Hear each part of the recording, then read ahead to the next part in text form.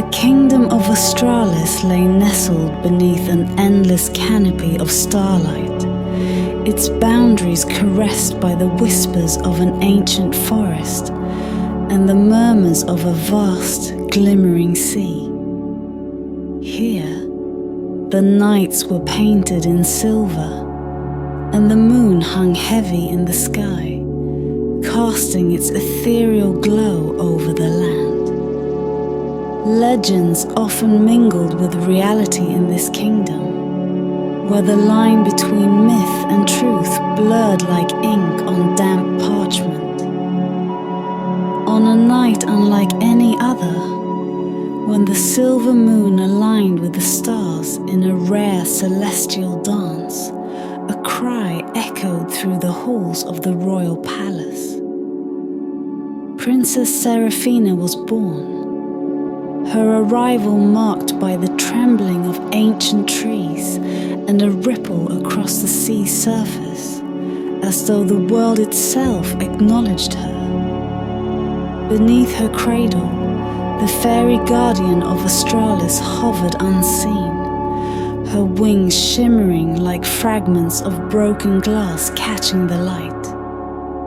The fairy's gaze was steady, her voice a mere whisper as she spoke a prophecy known only to her kind. One born under the silver moon shall see beyond the veil. When the final chime of the year resounds, the threads of time will unravel before her. With these words, she extended a delicate hand, touching the infant's brow. A faint light flickered, and then the fairy was gone, leaving the princess to grow under the watchful eyes of her human caretakers, unaware of the destiny that had been woven into her very soul. Years passed, and Seraphina blossomed into a figure of grace and beauty, her presence as serene as the moonlight that seemed to follow her wherever she went. Yet there was an unease within her that she could not name, a restlessness that gnawed at her during the quiet hours of the night. She was plagued by dreams she could not explain, visions of places she had never been and faces she had never seen. Her tutors dismissed her dreams as the wanderings of an overactive mind, and the royal court paid them no heed. But Seraphina felt the weight of something greater pressing upon her, a shadow lurking at the edges of her existence. She found herself drawn to the forest that bordered the kingdom, its ancient trees whispering secrets she could not quite discern. It was in that forest that her destiny began to stir. One evening, as the year teetered on the edge of its final moments, Seraphina wandered deeper than she ever had before, the air growing colder with each step.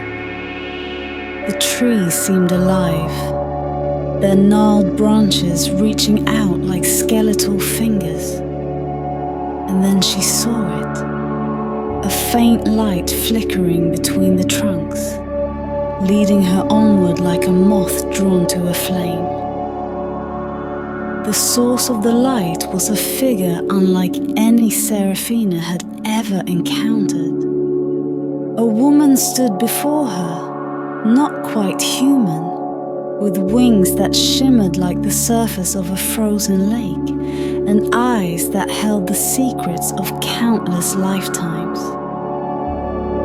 Princess Seraphina, the figure said, her voice as soft as a winter breeze, yet laced with an undeniable power. You have come. Seraphina, though taken aback, felt no fear, only a strange sense of familiarity, as though she had been waiting for this moment all her life. Who are you? She asked, her voice steady despite the tremor in her hands. guardian of this land, the keeper of its ancient promises," the fairy replied, "and I am here to reveal the truth of your birth." With a wave of her hand, the fairy summoned a vision that hung in the air like smoke. Seraphina saw her own birth, the alignment of the silver moon and the fairy's blessing. She watched as the prophecy unfolded, and her heart raced as the meaning became clear. "You were born to see what others cannot," the fairy said, "to witness the threads of time and guide your people through what lies ahead. But this gift awakens only on the brink of a new year, when the final chime of the clock tower sounds." The princess's mind swirled with questions. But before she could speak, the fairy continued, her tone sharp. "Beware, child. The future is a labyrinth of choices and consequences. Not all paths lead to light, and the burden of foresight is heavier than you can imagine." The fairy stepped closer, her gaze piercing. "You must choose wisely, Seraphina, for what you see on New Year's Eve will not merely be the future, it will be the fate of your kingdom." As the fairy's light began to fade, Seraphina stood rooted to the spot, her breath catching in her throat. She was left with the weight of the prophecy and the realization that her life had been forever altered. Above her, the silver moon continued its watchful vigil, casting its cold light upon the forest floor. And somewhere in the distance, the bells of the clock tower began to toll, marking the approach of midnight and the moment her gift would awaken. The hour of midnight approached, and the ancient bells of Astralis tolled in solemn harmony, their sound carrying a sense of inevitability through the crisp winter air. Princess Seraphina stood alone in the castle's grand observatory, the highest chamber in the royal palace. The room was a place of wonder and secrets, its walls lined with celestial charts and mysterious instruments her ancestors had used to study the heavens. Tonight, however, the room felt like a cage. On the stone pedestal before her sat the crystal orb left by the fairy, a relic as old as the kingdom itself. Its surface shimmered faintly, as though a fragment of the moonlight had been trapped within. Seraphina's hand trembled as she reached out to touch it. The fairy's warning echoed in her mind. "Beware, child. The burden of foresight is heavier than you can imagine." As her fingers brushed the orb, an icy current surged through her veins, and her surroundings dissolved into an infinite void. Time itself seemed to collapse, spiraling into a kaleidoscope of images and emotions that assaulted her senses. The visions came in fragments, disjointed and fleeting, like shards of a broken mirror reflecting a reality she could not yet comprehend.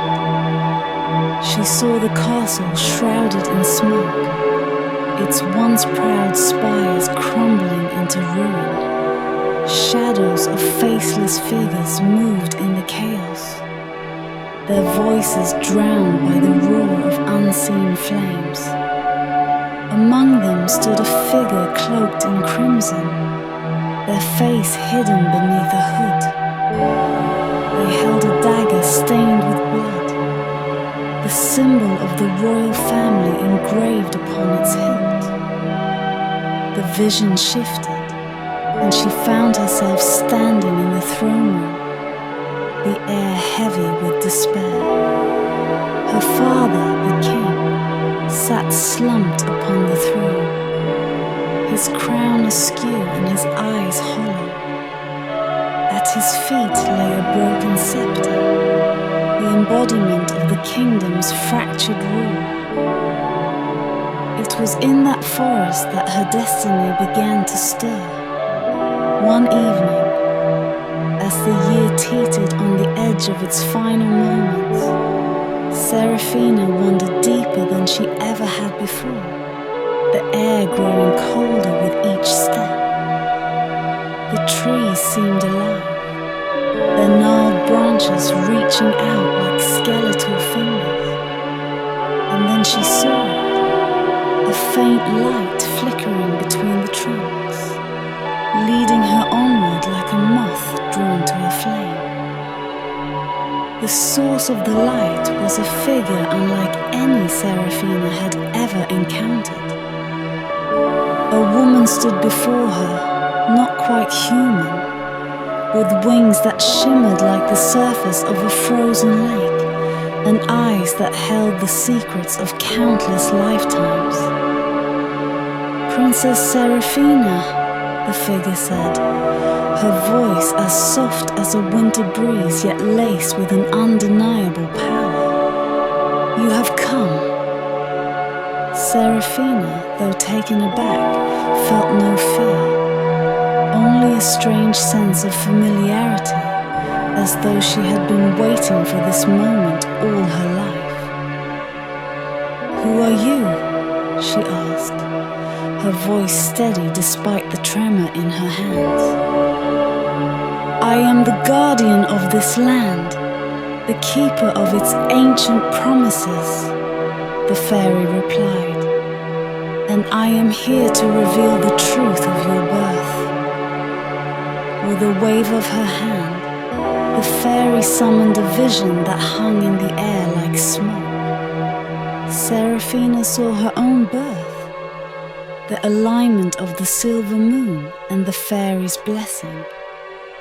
She watched as the prophecy unfolded, and her heart raced as the meaning became clear. You were born to see what others cannot, the fairy said, to witness the threads of time and guide your people through what lies ahead. But this gift awakens only on the brink of a new year, when the final chime of the clock tower sounds. The princess's mind swirled with questions, but before she could speak, the fairy continued, her tone sharp. Beware, child. The future is a labyrinth of choices and consequences. Not all paths lead to light, and the burden of foresight is heavier than you can imagine. The fairy stepped closer, her gaze piercing. You must choose wisely, Seraphina, for what you see on New Year's Eve will not merely be the future, it will be the fate of your kingdom. As the fairy's light began to fade, Seraphina stood rooted to the spot, her breath catching in her throat. She was left with the weight of the prophecy and the realization that her life had been forever altered. Above her, the silver moon continued its watchful vigil, casting its cold light upon the forest floor. And somewhere in the distance, the bells of the clock tower began to toll, marking the approach of midnight and the moment her gift would awaken. The hour of midnight approached, and the ancient bells of Astralis tolled in solemn harmony, their sound carrying a sense of inevitability through the crisp winter air.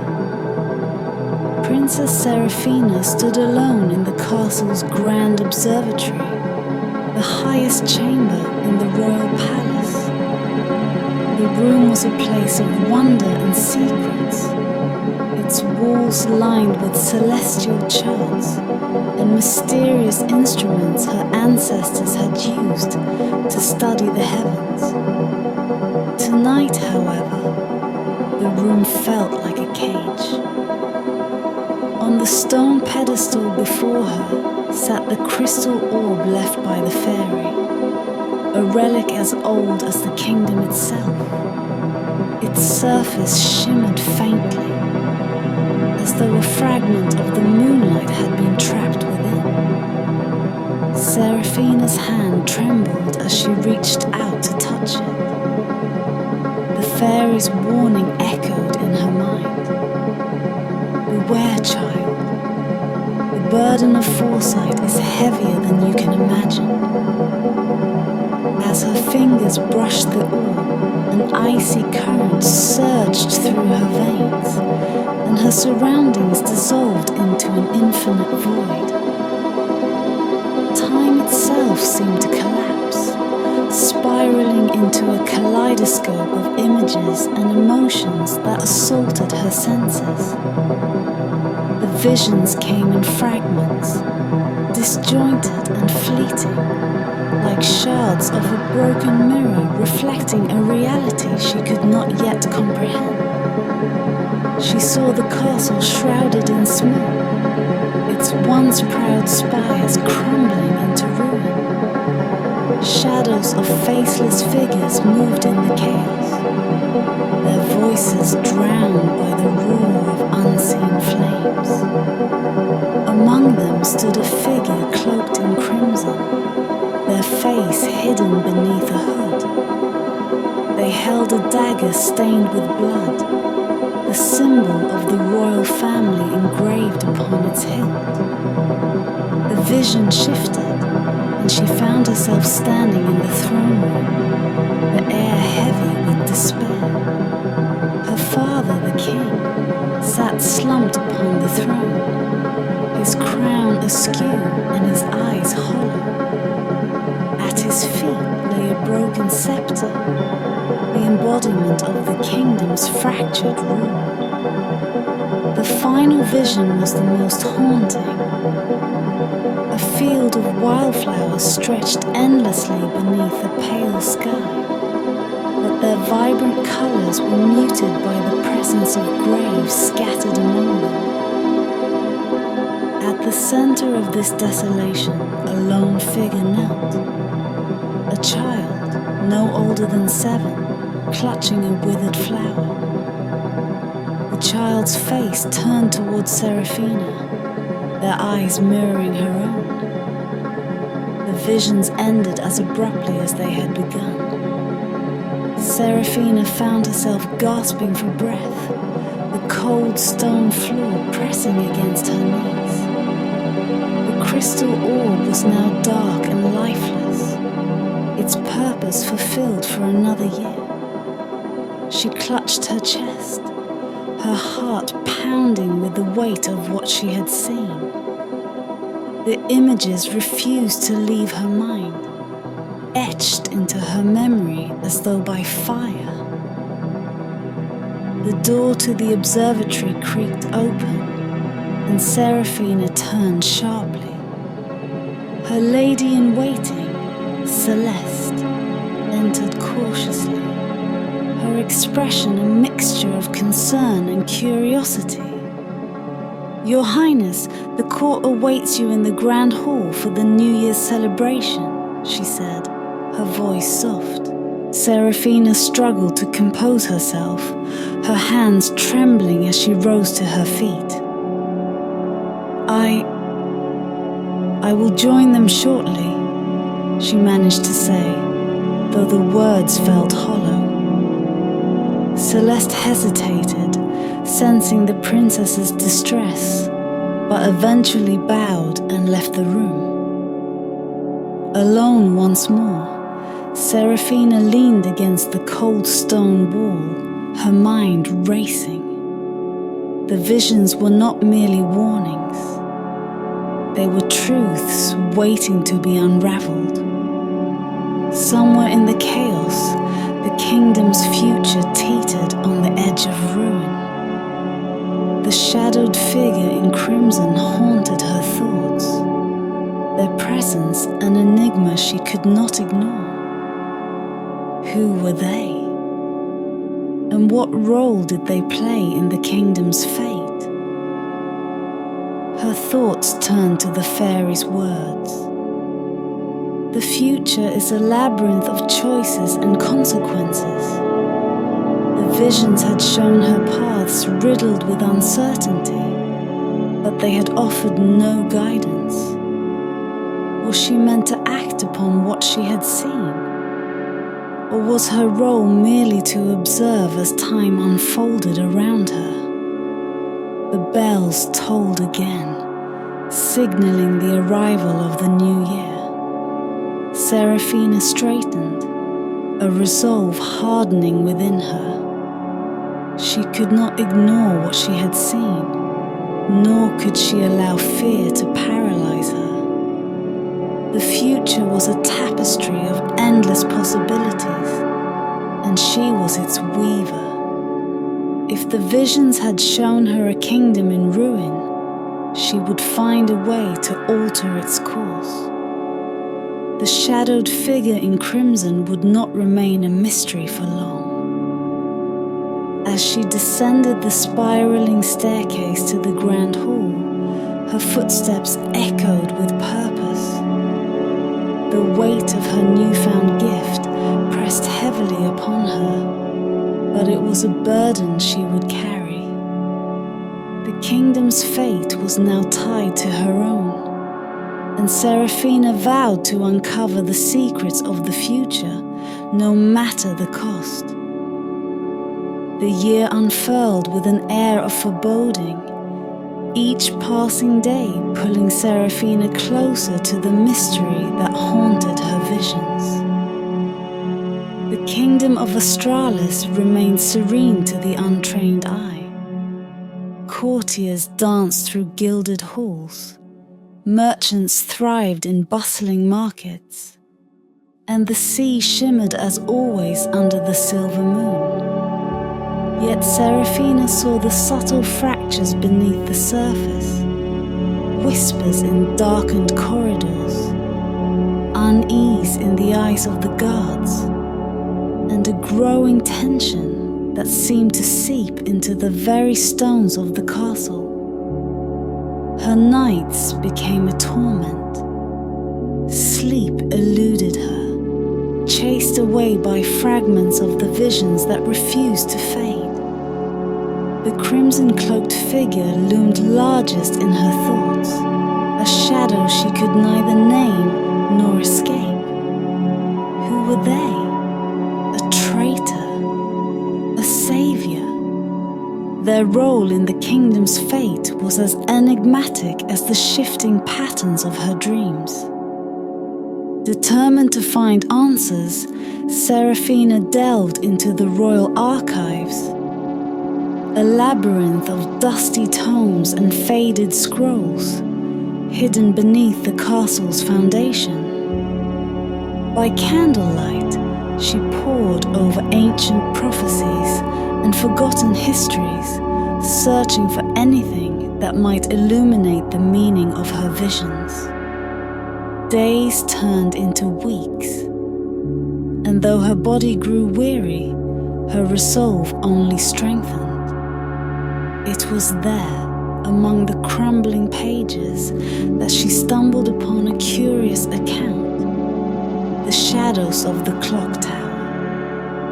The text was cryptic, written in faded ink, and marked by symbols she could barely decipher.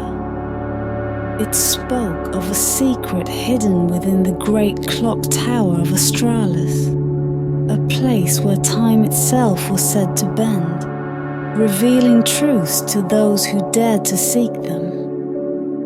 The clock tower had always been a source of fascination for the people of Astralis, its presence dominating the skyline like a silent sentinel. Built by Seraphina's ancestors, it was said to house mechanisms so intricate that even the greatest minds could not fully understand their workings.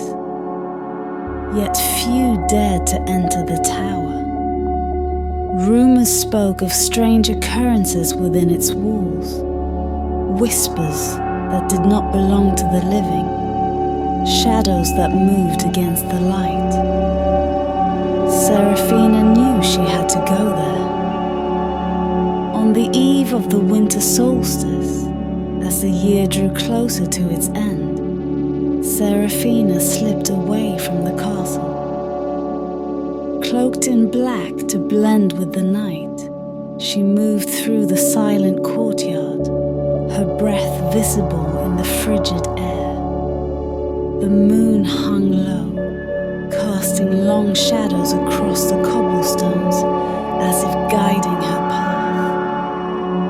The tower's iron door creaked as she pushed it open, its sound echoing through the hollow interior. Inside, the air was thick with dust and an unnatural stillness, broken only by the rhythmic ticking of the great clock far above. Seraphina's footsteps reverberated as she ascended the spiral staircase, each step feeling heavier than the last. When she reached the top, the chamber was bathed in pale moonlight filtering through narrow windows. The heart of the clock loomed before her, a colossal mechanism of gears and pendulums, their movements precise yet inexplicably alive. Seraphina could feel the weight of time pressing down upon her, a tangible force that made her pulse quicken. In the center of the room stood a small pedestal, upon which rested a blackened mirror. She moved through the crowd, weaving between dancers and courtiers, until she stood before him. "Alaric," she said softly, "I need to speak with you, privately." He hesitated, his smile faltering, but he nodded. Together they slipped away from the revelry, ascending the grand staircase to the observatory. The air was cold there, the stars casting sharp shadows across the floor. Alaric removed his mask, his expression curious but wary. "What is it, Seraphina? You seem troubled." She struggled to find the words, her heart heavy with the weight of what she was about to say. "I know, Alaric. I know what you've planned." His eyes darkened, and for a moment, the warmth she had always known in him was replaced by something colder, more calculating. "Do you?" he asked, his voice quiet but edged with steel. "You've conspired against the crown," she said, her voice trembling. "I've seen it. Seen you with the dagger. Seen the kingdom in ruins because of your betrayal." Alaric's face twisted in a mixture of anger and sorrow. "You don't understand," he said sharply. "The kingdom is already crumbling, Seraphina. Father's rule is weak, the court is riddled with corruption, and the people suffer. What I've planned isn't betrayal, it's salvation." Tears welled in Seraphina's eyes. "By spilling blood, by breaking everything our family has built." "It's the only way," Alaric said, his voice rising. "The only way to save Astralis is to tear it down and rebuild it stronger. If that makes me a villain, so be it." The clock began to chime, each toll echoing like a hammer striking her heart. The 12th stroke was near, the moment when the veil of time would lift once more. Seraphina realized her choice was upon her, to stop Alaric and risk plunging the kingdom into chaos, or to trust him and gamble everything on his vision of salvation. She took a deep breath, her hands trembling as she reached for him. Alaric, there must be another way. Let me help you. His eyes softened, and for a moment she thought she had reached him. But the final chime struck, and the vision of the crimson-cloaked figure returned, stronger and more vivid than ever.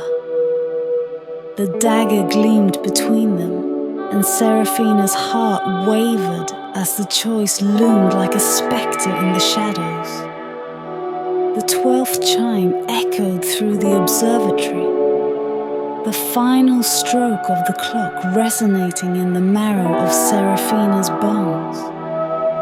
Time seemed to falter, suspended between one breath and the next, as the veil of the future unfurled before her eyes. The dagger gleamed in the moonlight, its blade caught in the space between herself and Alaric, a symbol of betrayal and salvation entwined. The vision returned, more vivid and unrelenting than before.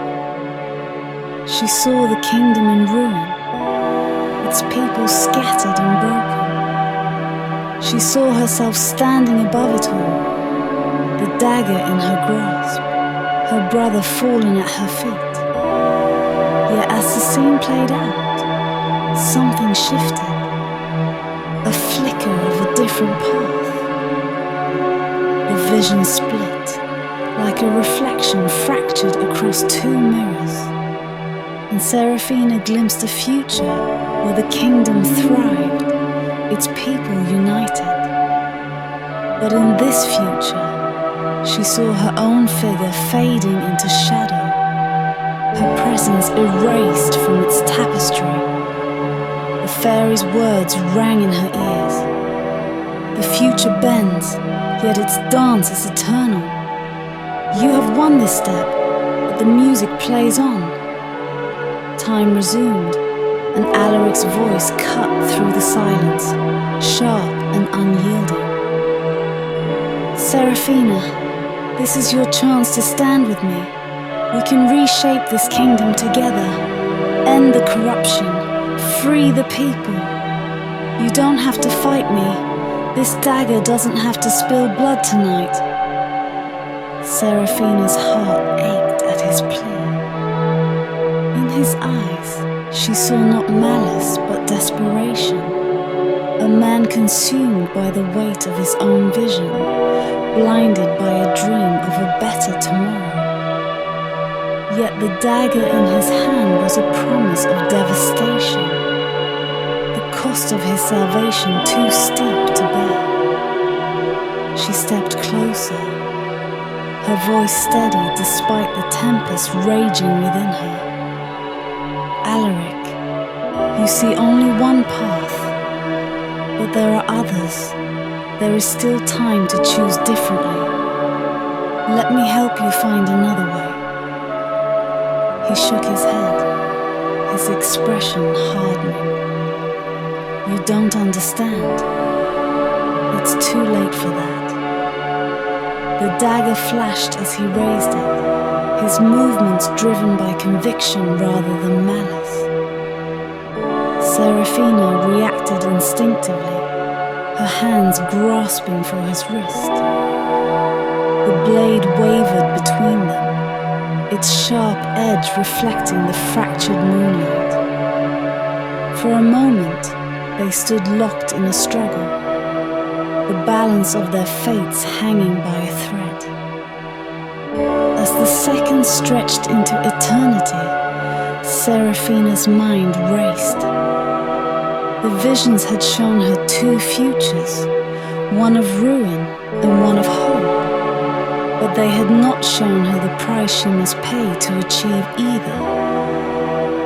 The realization struck her like a thunderclap. She was not a passive witness to destiny.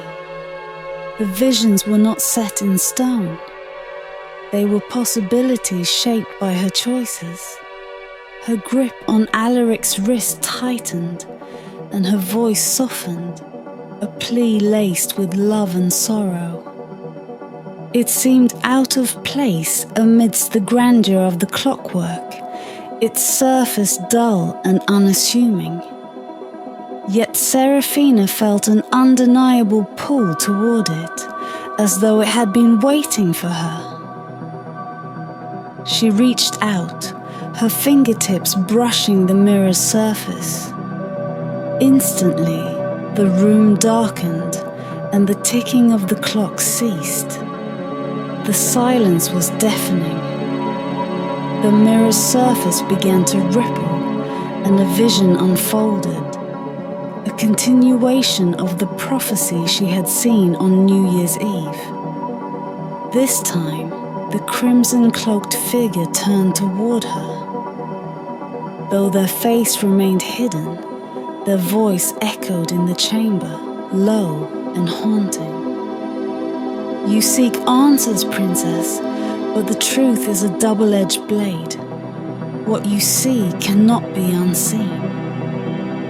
The scene shifted.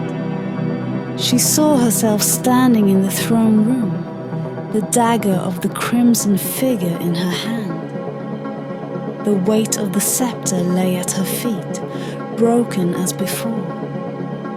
The faceless courtiers around her murmured words of both reverence and fear. Behind her, the clock struck 12, its sound reverberating like a death knell. The vision ended as abruptly as it had begun.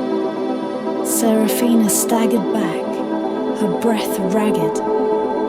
The mirror was now lifeless, its surface cold beneath her fingers. The ticking of the clock resumed, filling the silence like a heartbeat. Her resolve solidified. The crimson figure was no mere shadow of fate. They were tied to her destiny, their actions intertwined with the kingdom's survival. And somehow, the answer lay not only in their identity, but also in the choices she would soon face. As she descended the tower, the weight of the vision pressed heavily upon her. The clock's chimes followed her into the night, each toll a reminder that time was slipping through her fingers. The labyrinth of fate was growing darker, and Seraphina had no choice but to step deeper into its shadowed corridors. Winter tightened its icy grip on Astralis as the day slipped away, the solstice giving way to the final stretch of the year. Within the castle, the air was thick with anticipation for the grand masquerade ball, a tradition that marked the end of one year and the dawn of another. Yet, amidst the flurry of preparations, Seraphina moved as a shadow, her mind consumed by the visions she had seen. The figure cloaked in crimson haunted her waking hours, their dagger gleaming like a promise of ruin. Who were they? Why did the dagger bear the royal crest? Each question tightened the knot of unease in her chest. But it was the last vision in the clock tower that troubled her most. The image of herself standing amidst destruction, the dagger in her hand. It wasn't the identity of the crimson figure she feared. It was the possibility that it could be her. Desperate for clarity, she turned to the fairy guardian, summoning her with a prayer whispered beneath the silver moon. the fairy appeared in the garden's frozen grove, her presence as luminous as ever, though her eyes held a quiet sadness. "You seek answers, child," the fairy said, her voice like the rustle of leaves in an autumn breeze.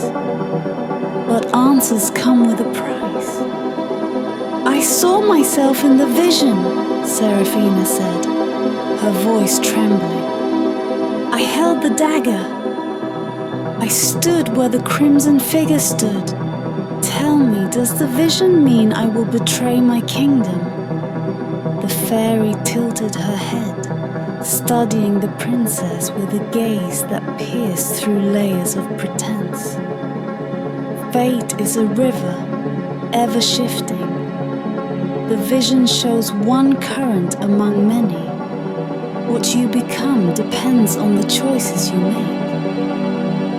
But how can I choose wisely when the future is a labyrinth of riddles?"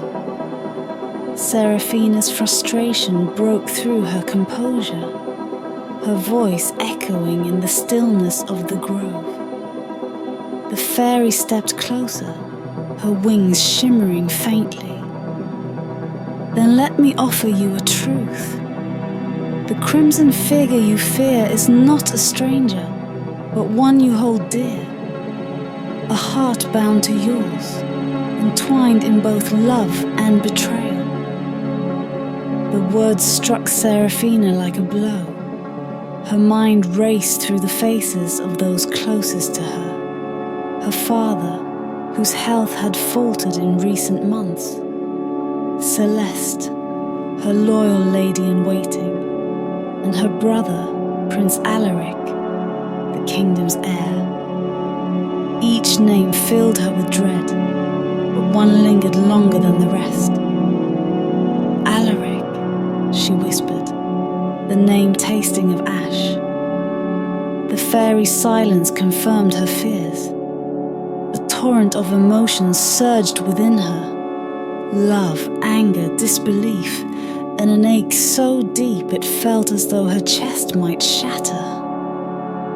The masquerade arrived, the castle transformed into a glittering haven of light and shadow. Seraphina entered the grand hall dressed in silver and white, her mask a delicate weave of moonlight and frost. The music swirled around her, but it sounded distant, hollow. Her eyes scanned the crowd until they found him. Alaric, clad in crimson velvet, a mask obscuring his features. Her brother met her gaze and smiled, his expression warm and untroubled. Yet Seraphina felt the weight of the visions bearing down on her. "Brother, look at me. This isn't the way. You don't have to do this." For the first time, doubt flickered in Alaric's eyes. His grip on the dagger faltered, and Seraphina seized the moment, twisting it free from his grasp. The blade clattered to the floor, its cold clang reverberating through the chamber like the shattering of chains. Alaric staggered back, his breathing ragged. "What have you done?" he whispered, his voice trembling. "The kingdom. We will save it," Seraphina interrupted, her tone resolute. "But not through bloodshed, not by tearing it apart. We will find another way, together." Tears welled in his eyes, and he sank to his knees, the weight of his actions and her forgiveness breaking him. Seraphina knelt beside him, her hand steady as she took his in her own. "We can change the future, Alaric," she said softly, "but only if we face it as one." The new year dawned quietly, the first rays of sunlight piercing through the windows of the observatory. Below, the kingdom stirred with the promise of a fresh beginning, its people unaware of the choices made in the shadow of the clock tower. Seraphina and Alaric stood side by side, their gazes fixed on the horizon. The dagger lay between them, its presence a reminder of the fragile line they had walked. Though the visions had not revealed what lay ahead, Seraphina felt a quiet certainty blooming within her. The future was not a singular path, but an infinite dance of possibilities. She had taken the first step, and the music of fate played on. Above them, the fairy guardian watched from the fading darkness, her expression unreadable. As she vanished into the morning light, her voice echoed faintly in the air. The dance is eternal, but the steps are yours to choose. And so, with the kingdom poised on the edge of transformation, Seraphina embraced the uncertainty of tomorrow, her heart steady and her resolve unshaken. She was no longer bound by the weight of her visions. She was their master, the weaver of a fate yet to be written.